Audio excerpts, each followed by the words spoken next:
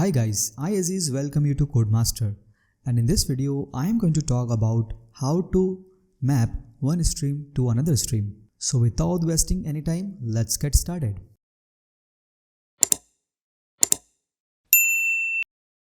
Alright guys, let's begin this video. So guys, let's assume that we have a collection of strings. So in this collection we have string 1, string 2, string 3 and string 4. Now our goal is to transform this collection of strings, and what we want? We want a list of count of number of characters of these strings. So for example, in this collection we have 1, 2, 3 and 4. Okay.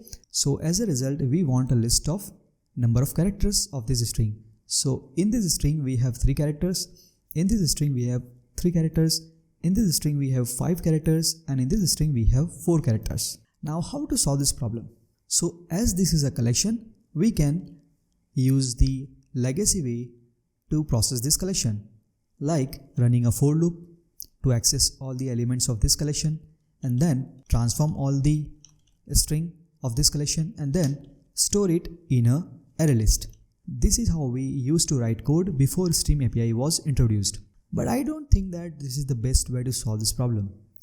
Rather, we can use Streams API to write more readable, more concise and more expressive code. So let's see how can we solve this problem using Stream API. So first of all, to use Stream API, we need a source. And why source? Because if you remember from the previous video, in the introduction of streams, I explained you that a stream is an object and that object does not contain any data. However, that object is connected with a source. It pulls out all the elements from the source one by one, process it through the pipelines of operations, and finally reduce it to a result. Okay, that is a stream. Okay, so here we have a collection with us. And what is collection? Collection is a data structure which is used to store and access the data, right? However, on the flip side, a stream is an object that is used to process the data. Okay, now in order to create a stream, first we need a source. So here collection is going to work as a source of a stream, right? And how to convert this collection into a stream? Let's call strings dot stream. So by calling a stream method of strings collection, we are converting this list of a string into a stream of strings, right? So let's store it in a variable of stream of string, okay? And give it a name ss, stream of string, okay? So guys, so far we have converted the collection into a stream of strings, right?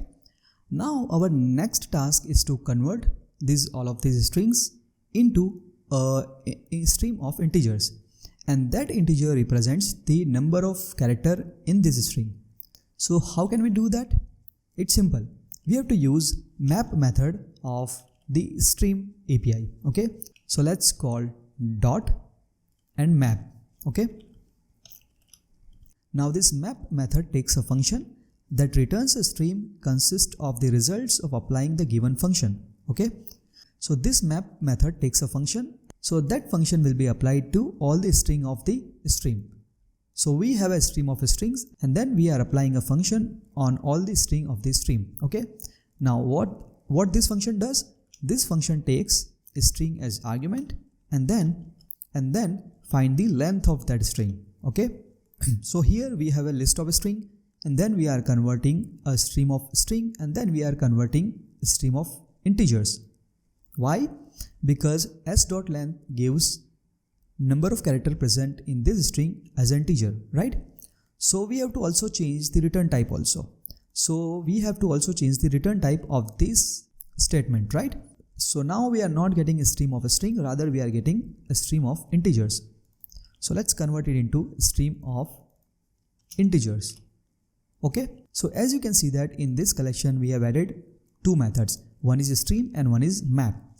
So this is how we can add pipeline of operations to a stream. Okay, so now we got the stream of integers. Now we have to collect all of that integers into a list. So how can we do it? We are going to call collect method of the stream.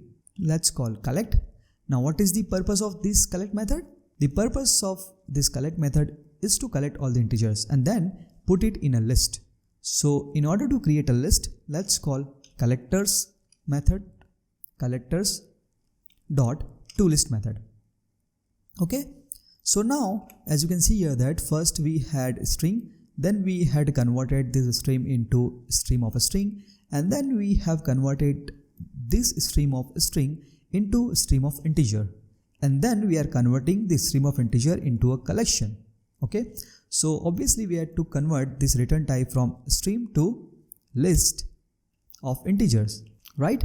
So now if I going to print this SS on the screen, you will see that we will get a list of integers, and this integer represents number of character present in these strings. Okay, so it has 3 character, it has 3 character, it has 5 characters, and it has 4 characters. So I hope this is clear to you. Now I will explain how this piece of code internally works and how we have mapped one stream to the another stream. Okay, so let's start with the first line.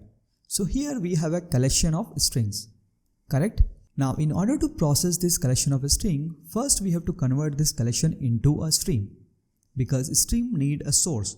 So here the collection is acting as a source of a string. So by calling stream method on this collection, we are converting the list of a string into a collection of a stream. As simple as that.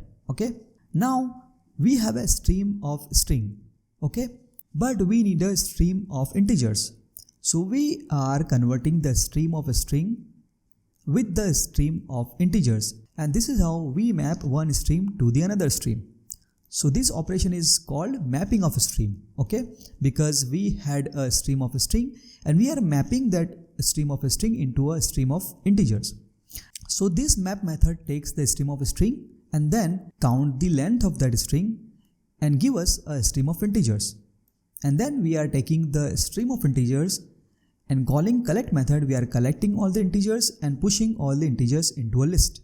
And then this entire statement returns the list of integers to us and we are printing it on the screen. Okay, so now let's again analyze this piece of code and see few of more components of this stream API. Okay, so in stream API we have basically 3 components.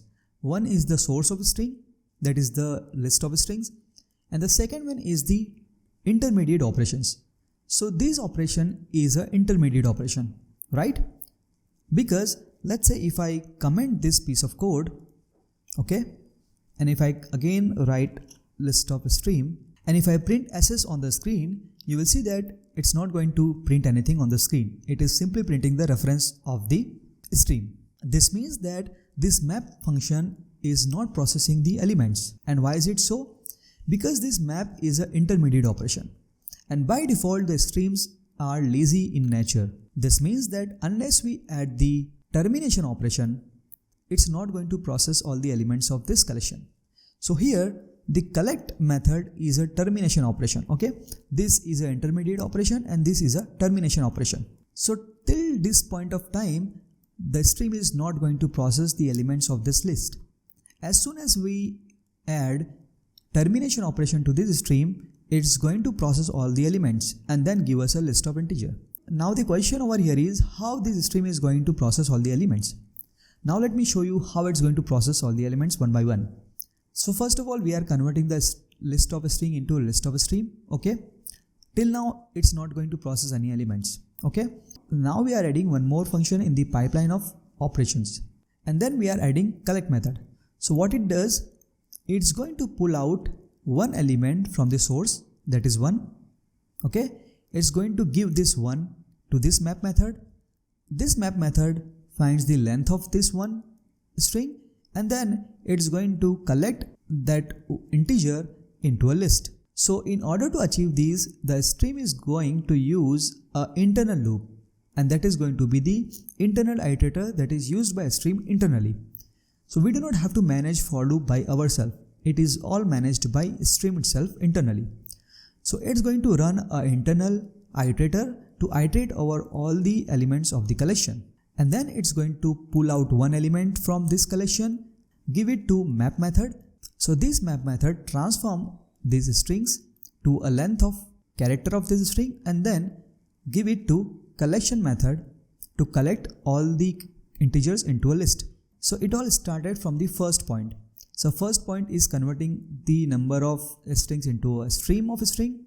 Then one by one all the elements will pass through all the pipeline of operations, and finally it's going to reduce it to a result that is a list of integers. And as we want to transform this string, we are adding one stream to the another stream, that is a stream of integers. So guys, I hope now the concept of map is clear to you. Now you know that how can we map one stream to another stream, okay, to transform the elements of the stream, okay.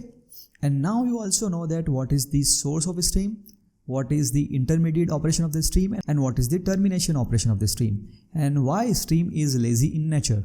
So guys, this is all from my side for this video. If you learned something valuable from this video, then hit the like button in order to make YouTube algorithm happy.